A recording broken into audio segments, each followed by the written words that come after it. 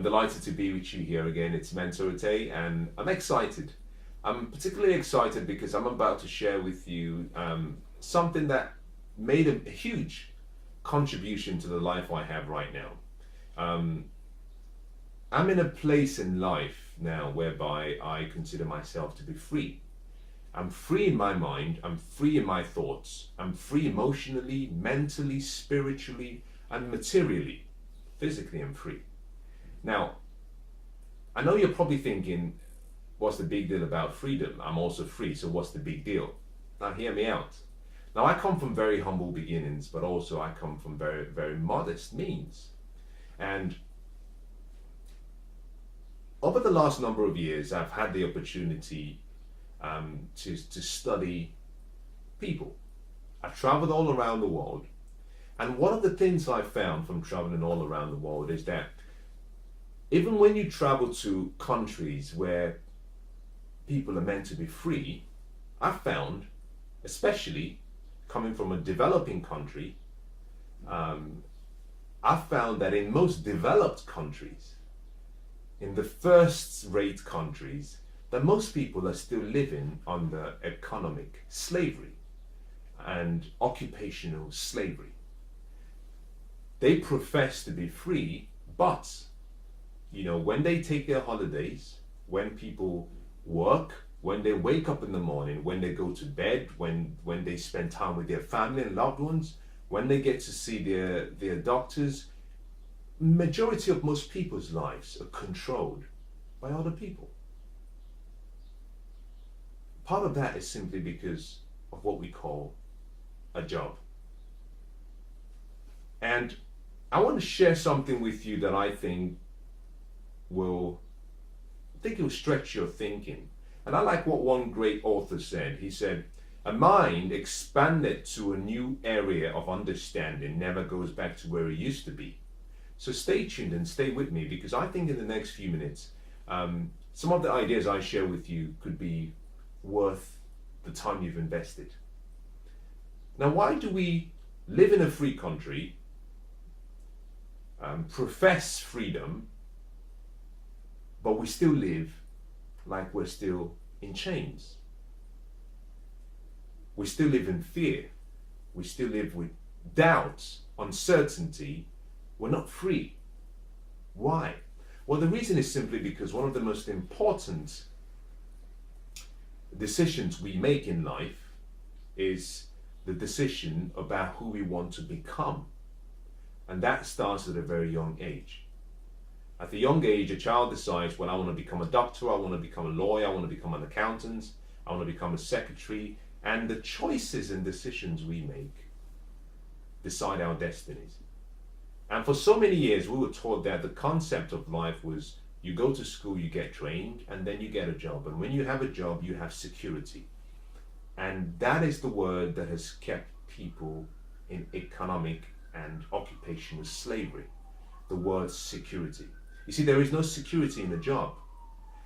But in the industrial age, there was security in a job, because you could work for a job for a long time, and at the end, when you retired, the company decided that because you had been loyal for such a long time, that you were compensated for the rest of your life. They provided you with a pension that you didn't have to contribute to, and they cared and looked after you. You see, all of that is gone. It's all gone. And so what used to be security has disappeared. What we think is security in a job is not security. It's slavery. Part of the reason it's slavery is because it's holding you back from becoming the best that you were born to be. It stops you from becoming the great person that you were born to be. Every day, millions of people wake up and they go to a job. And in many cases, they go to a job they don't even like. They don't like. And they sit there and they give their services. They give their time, their energy, their efforts, their presence, their intelligence, their intuition, everything that they have. They give this greatness that has been given to them in exchange for something they don't like. And at the end, they get a paycheck. And that paycheck is not sufficient to help them achieve and fulfill their dreams and goals. I call that slavery. Yes, the chains are not physically visible, but our minds are tied. We're chained. How many times have you been in a situation at work where some news has come out and everybody's panicking? Oh, we're going to get fired. Or the company's downsizing or right sizing. How many times have you spoken to your manager? You've come to work, you're worried, you have personal problems, but you have to go to work because you think, well, if I don't go into work, I'm going to be fired. But you sit there and you're in pain. What is that? That is slavery. But you can change all of that. You can change all of that because you can start by giving yourself the permission to just dream. And that is what I want to do with you today. I want to help you dream. You see, sometimes all you have to do is just shut your eyes and dream. Create through your imagination. Imagine. Now, you don't have to believe everything will happen, but just give yourself the permission to dream. If for nothing else, it makes you feel better, it makes you feel good. But I believe that when you start to dream, now you start to activate all the dormant forces and potential that lies within you, and everything around life will start to work in your direction to help you bring that dream to reality. Because whatever the mind can conceive and believe, you can achieve. Now, once you've started to dream, it's time to make a decision. And this is where we begin. If you have a job, then you're giving your most important asset, which is your time, in exchange for money. It means you're working for money. Now, if you're working for money, then you are a servant to money. But you see, you were never born to work for money. You were meant to be working for joy. You were meant to be working for excitement. You were meant to be working because you wanted to, and money was meant to be working for you to help you fulfill your day-to-day commitments, your day-to-day requirements, and your day-to-day responsibilities. But none of us was meant to be working for money. You see, we're meant to be working, fulfilling our true life's purpose and calling, not in exchange for a few bucks. No. That comes as a result of doing things and doing it well. To change your life, you have to start moving away from the dependency and security in your job. Now, I'm not talking about you becoming an entrepreneur. I'm not talking about you quitting your job. No, I'm talking about a concept called multiple sources of income, MSI. Think about this. In most systems, especially engineering systems, when a system is designated to what we call a business or life critical activity, then it's fundamentally important to provide as many levels of backup support and provision, redundancy, to ensure that in the event that the main system fails, that it doesn't affect the continuity of the operations in that particular business or in that particular area of operation. Very important.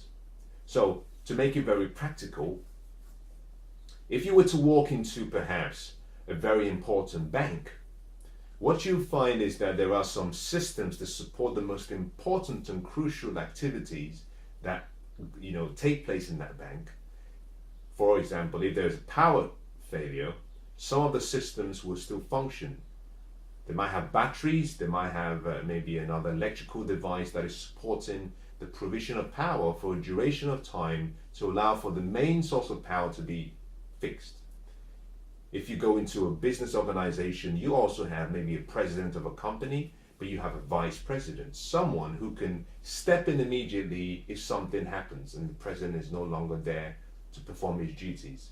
Now, we understand that principle for systems. We understand it in businesses. We understand it in certain areas of life. But I want to challenge you and say that your life is more important than any business. And if you can understand the concept of a single point of failure in a job, which is what you have, then just like you understand that a single point of failure also exists in various areas of life, businesses, systems, then it becomes necessary, but also it becomes extremely important that you start to question whether it's time for you to have alternative sources of income. Now, MSI, or multiple sources of income, is not a job. It's not a job. It's a passive source of income.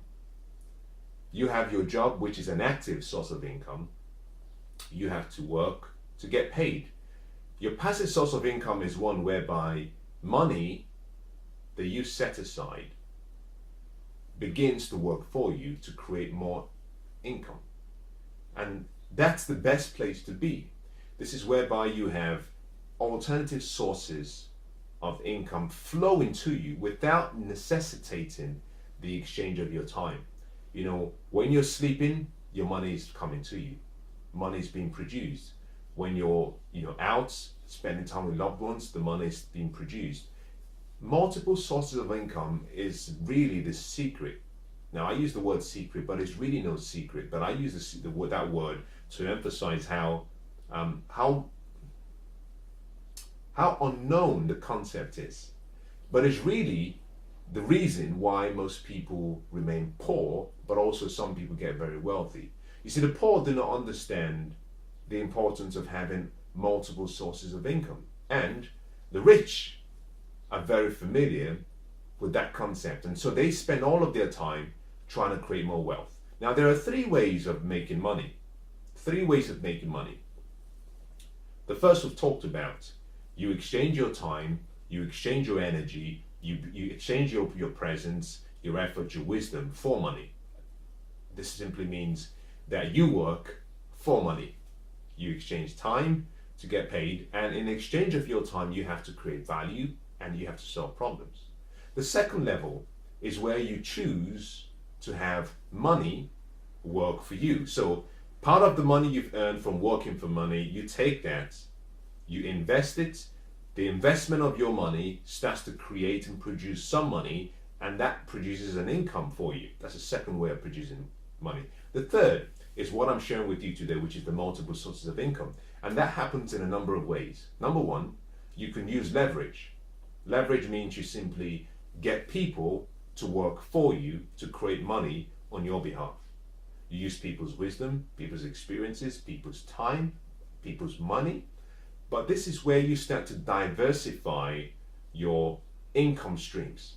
You diversify where you focus on, not necessarily from an investment point of view, but from an income generating point of view. It could be the same investment vehicle, but you have income coming in from various parts of that particular vehicle. So for example, it could be real estate. And on the real estate, it could be that you have an investment in a number of properties in a particular location. You could also have investments in a number of properties of a different type. The first could be residential, the second could be commercial, the third could be retail, the fourth could just be land. But you can stay within the same real estate umbrella, but you might have income coming in from various vehicles within the same particular foundation. And that is what the rich and the wealthy do. And that is what you have to do. You have to start learning how to take what you have, put it to work, and have it create other sources of income. And the whole point of this is simply because freedom, financial freedom, is one of the best gifts you can ever receive. One of the best gifts. Now, I know some people might be looking at this and saying, money doesn't make you happy. I understand that. That is not even the purpose of money. The purpose of money is not to make you happy. You should know that by now. But what money does for you, and freedom particularly, not even money, what freedom does for you is it allows you to be in true integrity, get into the integrity state with yourself, which is where you don't have fear, you don't have worry, where you can then focus all of your attention and all of your potential towards making a difference. You see, I like what Winston Churchill said. He said, we make a living by what we get, but we make a life by what we give. When you're free, that's really when you can give. Now, I believe in giving. Wherever you find yourself, I believe in giving. And I'm not talking about giving gifts. I believe in giving. But what I've found is when people are free from worry, free from fear, free from uncertainty, free from anxiety, when people are free, they start thinking abundantly. They think abundance as opposed to security. And because they're thinking abundance, they're able to do a lot more for other people. And that is what we should do. You see, we have all these gifts that we've been given. Now think about this.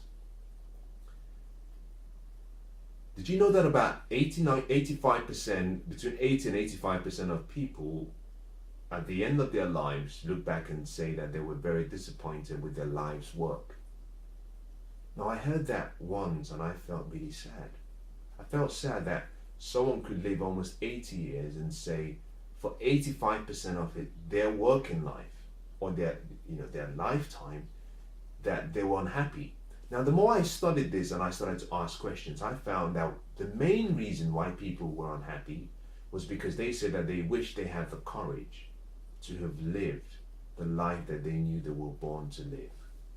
Ooh, just the thought of that right now sends, chills down my spine.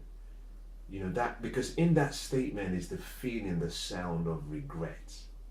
The sound of regret. You see, we're meant to have life and have it abundantly. And anything that stops us from having the abundant life has robbed us of this unique opportunity, because we only get to live this life once. And it's such a short life. And to not live it well, I think is such a tragedy. I think one of the greatest tragedies of life is to have lived the entire life but also not know the reason why you were born. And what financial freedom helps you do, it helps you take your focus away from trying to survive, and it starts to push that focus towards how you can live abundantly.